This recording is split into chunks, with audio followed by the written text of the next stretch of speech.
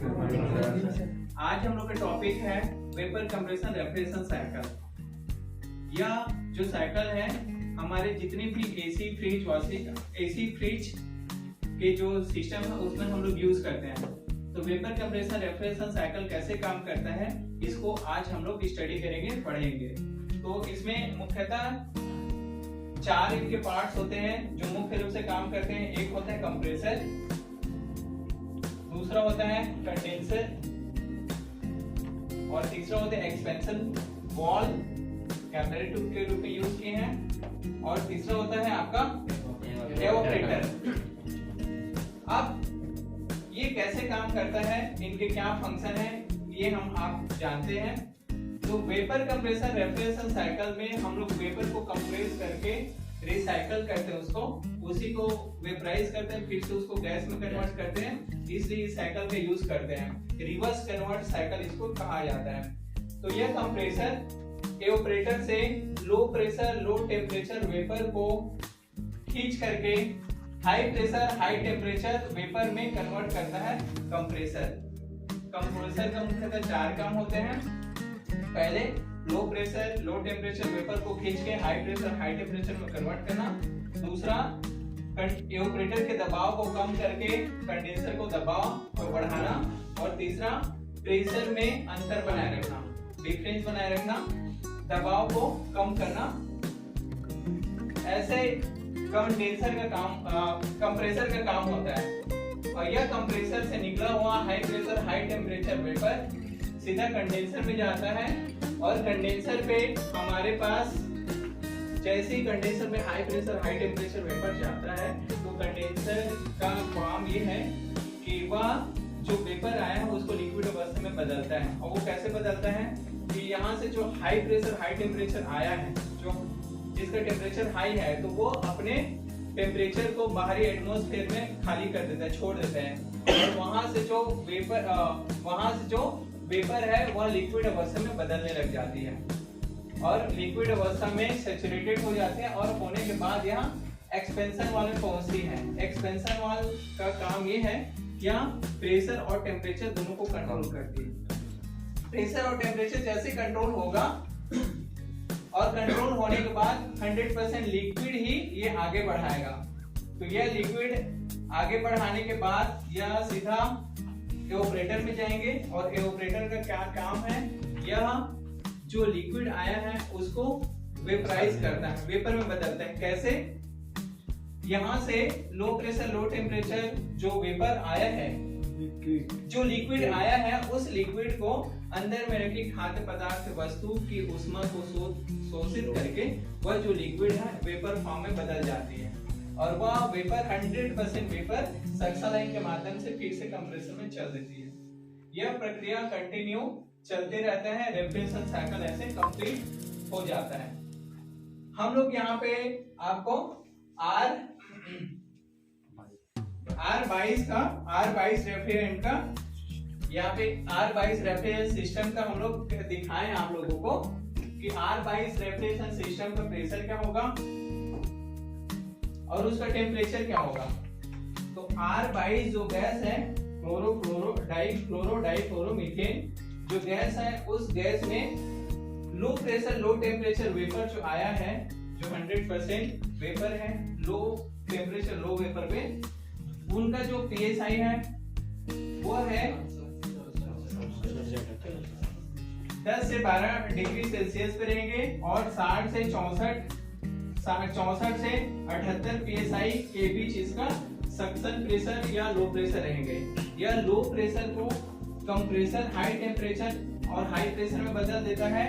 तो वह उसका जो PSI हो जाता है 270 से 284 PSI हो जाता है। उसको टेम्परेचर भी देखिए यहाँ पे 85 से 90 डिग्री सेल्सियस बढ़ जाता है।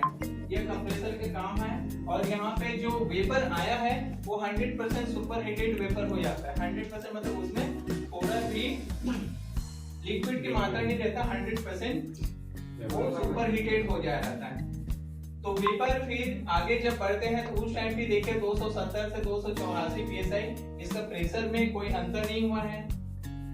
और टेम्परेचर भी 85 से 90 डिग्री सेल्सियस है। जैसे ही कंडेंसर में जाता है बाहरी टेम्परेचर में या हीट को बाहर रिमूव करने के बाद, इजेक्ट करने के बाद इसका टेम्परेचर देखो, प्रेशर में कोई अंतर नहीं है, 270 से 284 प्रेशर है, लेकिन इसका टेम्परेचर में अंतर आ गया। देखिए यहाँ 85 से 90 डिग्री सेल्सियस है, यहाँ 39 से 40 डिग्री सेल्सियस होगा। तो टेम्परेचर कंट्रोल कर डाला क्योंकि अपनी हीट को बाहरी एटमॉस्फेयर में छोड़ दिए इसलिए। तो आगे जब बढ़ते हैं तो हमारे पास कैपिलरी ट्यूब यूज हुआ है, इसको एक्सपेंशन वाल्व के रूप में हम लोग कैपिलरी ट्यूब यूज किए हैं। यहाँ पे 270 से 284 psi R22 गैस का कैपिलरी ट्यूब में आता है, तो यहाँ पे भी प्रेशर थोड़ा रिड्यूस होंगे जब यहाँ से निकलता है। तो यहाँ पे देखें 284 प्रेशर लास्ट है और यहाँ कैपिलरी ट्यूब से जब निकलते हैं तो 71 psi हो जाता है और इसमें टेम्परेचर भी कंट्रोल होता है। कैपिलरी ट्यूब का काम ही है कि प्रेशर और टेम्परेचर को दोनों को कंट्रोल करें। तो 39 से 40 डिग्री सेल्सियस को जब कैपिलरी ट्यूब से निकलता है, एक्सपेंशन वाल्व से निकलता है, तो ये 5 डिग्री सेल्सियस हो जाता है, ठीक है। और होने के बाद यह जो प्रेशर है, लो प्रेशर लो टेम्परेचर धीरे से हमारे एवापोरेटर में आते हैं और एवापोरेटर में आने के बाद यहाँ पे खाद्य पदार्थ या वस्तु या अंदर के स्थान के ऊष्मा को शोषित करके वह जो लिक्विड है वह 100% वेपर हो जाते हैं, लिक्विड वेपर हो जाते हैं और वेपर होने के बाद फिर से वो सक्शन लाइन के माध्यम से यह साइकिल को पूरा करता है। यहाँ पे हम लोग दिखाने के लिए हाई प्रेशर जो गैस है उसको दिखाने के लिए यहाँ पे रेड या ऑरेंज के रूप में दिखाया है।